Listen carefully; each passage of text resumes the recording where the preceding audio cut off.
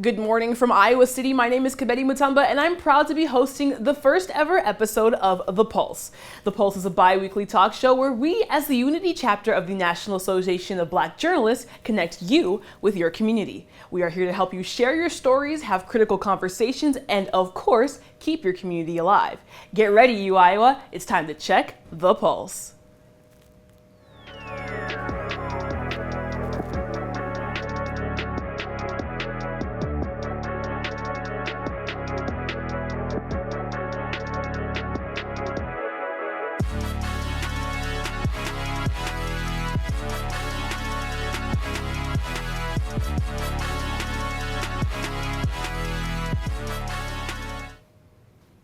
Now, I think it's fitting that our first guest is someone very near and dear to Unity Chapter's heart. She kept our pulse beating for quite some time. Dr. Venise was NABJ Unity Chapter's advisor for 2 decades before she retired. She's still going to join us in the spring. She is a professor of African American Studies and journalism, but is now taking more time to focus on writing and relaxing after all the work she has done for us. Dr. Berry, how you feeling? I'm feeling good. It's a great time in my life. Great time. What have you been up to? What's it been looking like? Basically, this my new anthology came out in August, and so I've been doing a lot of promotion for that. And it's been really nice because I've been putting together panels, because this book is, since it's an anthology, it has 35 different authors. And the interesting thing about it is it's not just a book of research or a book of short stories or essays, it's everything. There's poetry, there's essays, short stories, and what I'm calling accessible research. And so different people are showing up for the panels. So we had one in Chicago, we had one in Des Moines, we've had 2 or 3 here. I went to Virginia Beach and did a couple of presentations. So it's been a really exciting period in promoting this book. And then, of course, I'm working on my next novel, my new novel. All right. Yeah.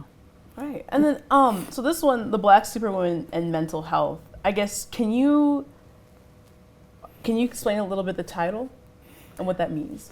Yes. The stereotype of the black woman as the superwoman it evolved from slavery, when black women were expected to do everything all the time. I mean, basically it was this idea that we were everything, we could do everything. And unfortunately, after slavery, we took that mantle up. And part of it was necessary because, it was Jim Crow, discrimination, civil rights. So we had to have that fight, and we had to take on a lot. But what has happened is, at least what this book is really exploring, is how that stereotype has impacted us mentally. A lot of black women think they have to do it all. And that is so mentally oppressive for a lot of women. And so that's what we really wanted to explore in this book. And we purposely, at least myself and I have a co-editor, Jeanette Taylor, she's a retired nursing professor here. And we basically wanted to really show how the black superwoman stereotype and mental health how it impacted the culture from a broad range. So like I said, it's exciting that, we have short stories that talk about, how different weight issues influence areas of the superwoman who, should be perfect. And we have stories about suicide and, attempts at suicide, and also some positives about, how people have overcome different kinds of mental issues and problems in relation to what they're trying to do in their lives. Yeah, and I think the preface starts off by saying you're holding back a whisper, a cry, a scream. Like that's a powerful. Wasn't that powerful? It's powerful. Oh my gosh! And I just want to know, what was it like for you emotionally coming out with this book? Well, actually, I do want to say that, and actually, I would like to read that. Marita Golden, who is a prominent author, did that. That was her blurb for the book, and I was so blown away. She says, The book you are holding is a whisper, a cry, a scream. The Black Superwoman and Mental Health, Power and Pain is a brilliantly imagined, conceived, and produced manifesto. I couldn't have said it better. I just thought that was such a wonderful blurb for the book. And the interesting thing is that it's been very powerful for me because I've been able to bring out these stories and bring out this information. And there are some of my students are in here. I had a couple students who were in my class. We had a number of spoken word artists here on campus that I reached out to, and they participated. And then we did just a general call for papers. I just sent out a call for papers and short stories and essays to various listservs and stuff. And they sent in abstracts, and then once we got the abstract, we decided which pieces we were going to include. And it's very satisfying to be able to tell your story. And I guess, what was that process like? How did you decide this piece needs to be in the book? Well, first of all, one of the things we did, we set up the book so that there's certain sections, and we started looking at, first of all, did it fit? You know, where would it fit? And we looked a little bit at the writing elements, like how emotional, how powerful was the writing? And we started just kind of filling up sections. And then, like I said, for some stuff, like I was missing a couple poems because I start a section with a poem and end a section with a poem. So I just reached out to some of the students that I knew who did poetry, and they responded. And so it turned out to be a really awesome experience. The common thread through all this, it's all Black women telling these stories. Yes. It's talking to Black women. Obviously, anyone can read the book, but what do you hope this does for people emotionally? Well, one of the things that Jeanette and I both talked about is, because we were both dealing with some issues. I had a daughter who had some mental health issues in high school. She had a daughter who went through some changes. And of course, if your child's going through changes, you're going through changes too. So we both had experiences where we were dealing with mental health issues, and we just felt like it was important to get it out there and to have people begin to think about this on a different level. Like I said, instead of saying, oh, well, I'm not going to go to a therapist because that means I'm crazy, but thinking about this is a normal kind of situation in our lives as Black women, because we've taken up this stereotype and we think we're supposed to be everything to everybody. We think we're supposed to be able to do it all and do it well. And how does that influence us? How does that impact us, particularly our health, physical and mental? We focus on mental health, but it impacts our physical health as well. Yeah, and I would say to think about this on a deeper level. I mean, for me, when I read the book as a Black woman, I know your work, and I know you as a teacher and being your student. Reading this I see myself in this book.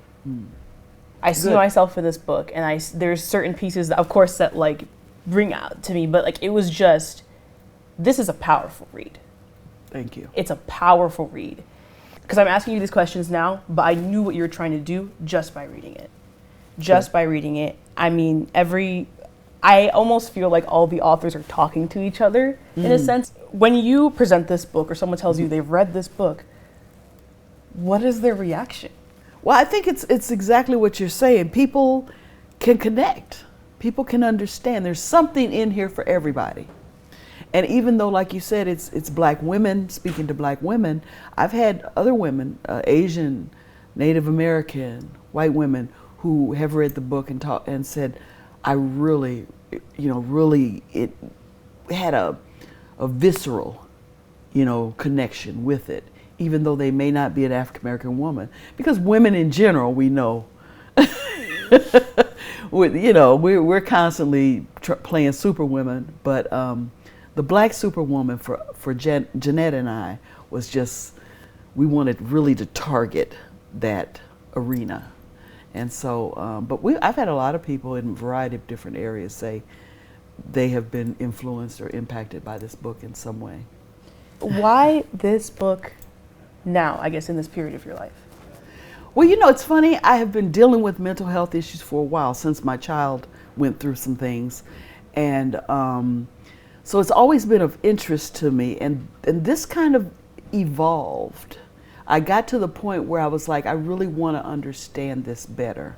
I really want to explore what are some of the areas that we are dealing with as Black women throughout the country, throughout, you know, our lives. And so this kind of evolved. As a matter of fact, the novel that I'm currently working on is called Samsara, and it's dealing with mental health. And I keep teasing my daughter, saying, now I want you to remember, because it's going to be based on some of the experiences she and I have had, because it's about a mother and a daughter, and they're both living together, and they're both dealing with mental health kind of issues. Samsara is Buddhist for the cycle of life. And so that's why I came up with the name. That's where I came up with the name. But just my novel is actually going to deal with mental health again, because it's something that I really have been feeling it's important, it's crucial. And at this point in our society, with what all's going on, you know, concerning American politics and other kinds of issues, it's really an important time for something like this, for people to really start thinking about, how do I protect myself? How do I make sure that my mental health, you know, is okay? How do I practice self-care? You know, those kinds of things. So that's what I'm hoping the book will produce. Yeah, and I guess I know this book speaks to the Black Superwoman out there, but I guess what would you say to your fellow Black woman who might be running around and trying to do everything? What would you tell them if you could just sum up this book and really short and just be like, just tell them, what would you say? You know, I'm not going to say we shouldn't try to be Black superwomen, but I think we need to at least look at it from a balanced perspective. So again, just, of course, do everything you can to make your life as the best it can be. But at the same time, make sure that that should include self-care. It should include, you know, personal time and just, you know, sometimes we think that if we're not doing something for someone, then we're not really involved the way we should be in our life or in life. And sometimes we have to do for ourselves. So I think just the balance, thinking about it from a more balanced perspective, it's okay if you take a day off. It's okay if you decide, if you are running late for something and you know, oh my God, you know, I'm late, and we panic. But you know what? It's okay, because you can always do it again. You can always do it later. They're just beginning to think about it differently, instead of, you know, always pigeonholing ourselves into this, oh my God, you know, this panic mode that we get into. And I do it too. I tell people all the time, I'm a perfectionist who's not perfect. I try really hard, but I'm not. And so just, this is for me, just understanding self-care better. And on my website, I actually added a section called Experiencing Wellness, because I really want to begin to build this out as an area of my life, as you know, as I retire. I'm taking this 3-year phase retirement, and I'm actually using it as a transition for what I'm going to do next. And experiencing wellness is going to be an area that I want to build and develop. Yeah. Well, thank you again so much for your time today and for letting us know a little bit more about this beautiful, beautiful piece of work. Thank you. It really means a lot. If you're looking to buy Dr. Berry's book, The Black Superwoman in Mental Health, Power and Pain, you can find it on Amazon or at barnesandnoble.com. Thank you for watching. We'll see you next time on The Pulse.